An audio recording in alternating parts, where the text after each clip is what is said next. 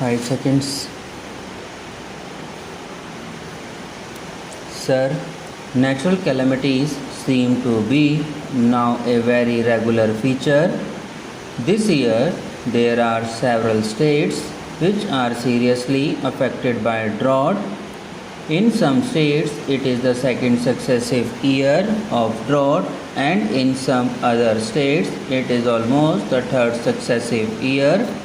It means that large sums of money will have to be provided, and I trust the priorities will be respected.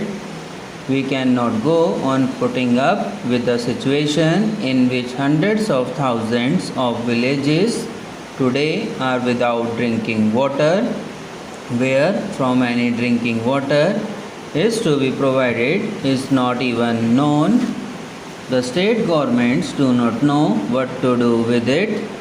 It is not money alone that matters, though large sums of money will have to be provided to ensure that drinking water is made available to villages.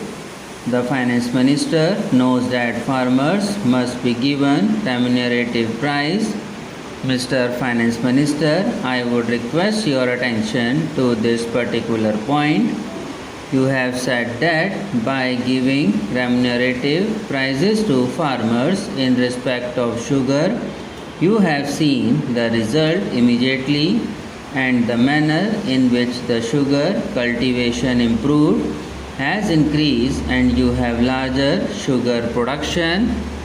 That is exactly what we say.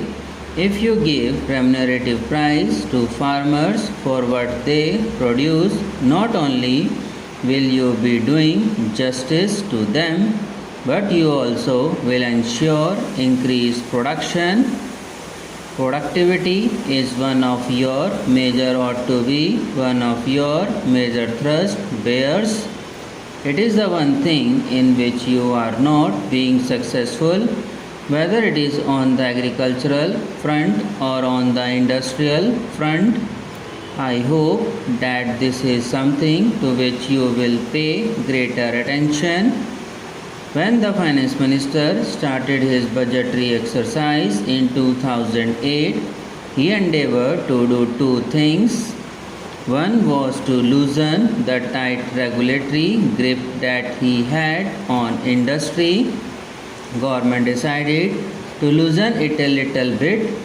The second thing that they had decided to do was to link the fiscal and budgetary process so as to enhance revenue collection and stabilize the business and trade.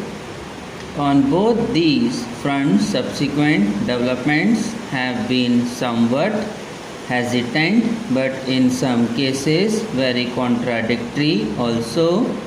So far as loosening the tight grip that government has on the industry, I think government has realized that by really loosening it in a judicious way, there has been tremendous improvement in the situation.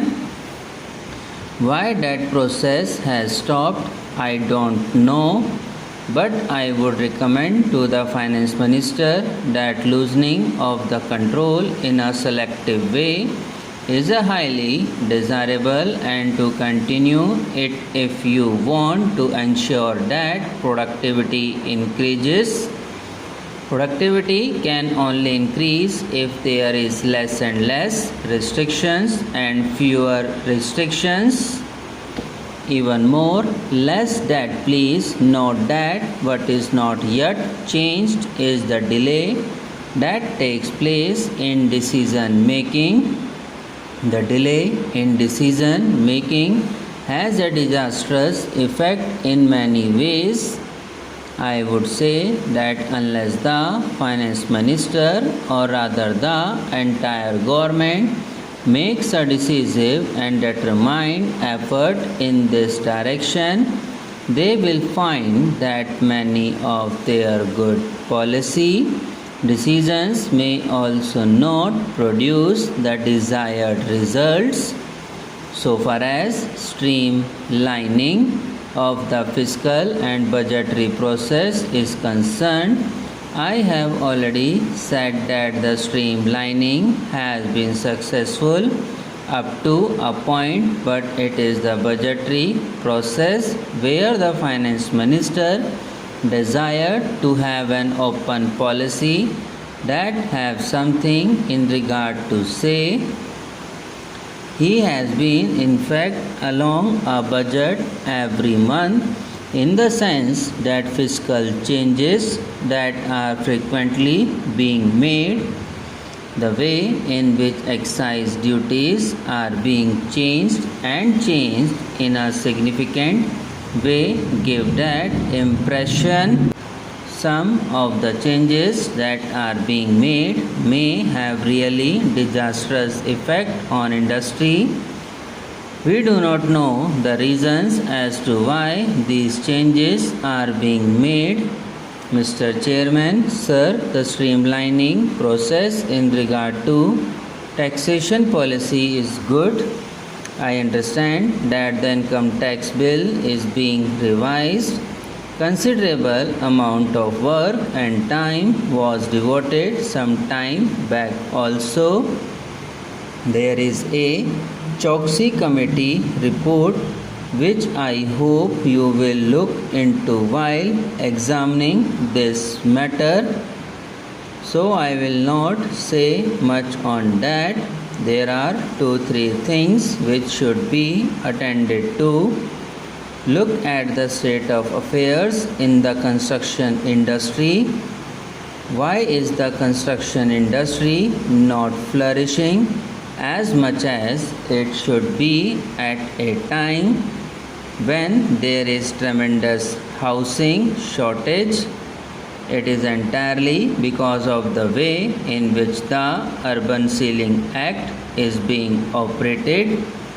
I think it is time that the government seriously re-examine that act with a view not to defeat the main objective of the Urban Ceiling Act, but with a view ensuring that it does not become a throttle in the construction activity so as to become incapable of reducing the housing shortage, which is very serious.